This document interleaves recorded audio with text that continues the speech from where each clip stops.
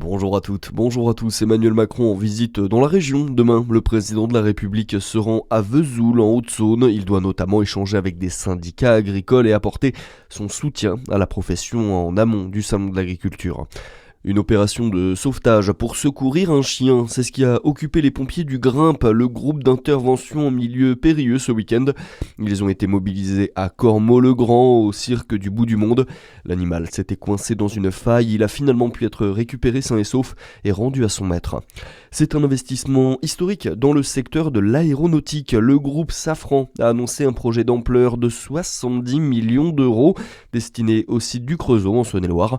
Un plan donc qui permettra notamment d'élargir les capacités de production pour débuter la conception de pièces militaires.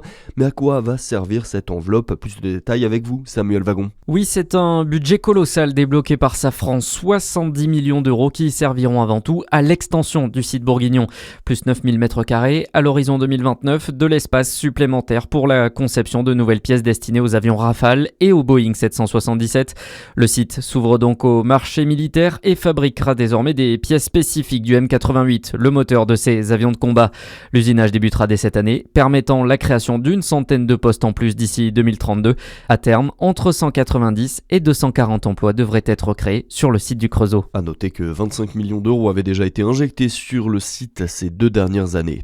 Du monde ce week-end dans les rues de Lons, le Saunier, c'était la percée du vin jaune, un rendez-vous traditionnel qui a rassemblé près de 19 000 personnes dans les rues de la cité jurassienne.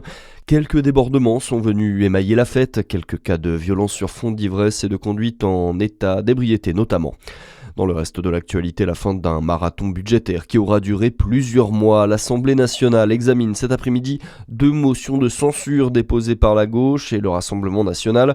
Conséquence de l'utilisation vendredi par Sébastien Lecornu d'un dernier 49.3 pour adopter définitivement le projet de loi de finances. Ces motions, elles, ne devraient pas passer faute du soutien des socialistes et des républicains. Une première pour les Grammy Awards, les Oscars de la musique. C'était la nuit dernière aux États-Unis.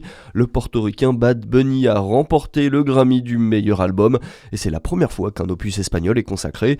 La chanteuse Billie Eilish a également suscité la surprise en remportant le prix de la chanson de l'année pour son titre Wildflower.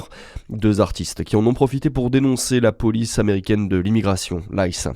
Et puis un mot de basket et la victoire de Dijon à domicile. Hier, c'était la 18e journée de Betclic Elite et la JDA s'est imposée face au Villeurbanais de Lasvel. Une victoire tout en maîtrise, score final 99-90 et qui permet au club de Côte d'Or de remonter à la 10e place du classement. Voilà, c'est tout pour l'essentiel de l'actualité. Merci d'être avec nous. À suivre votre météo sur Fréquence Plus.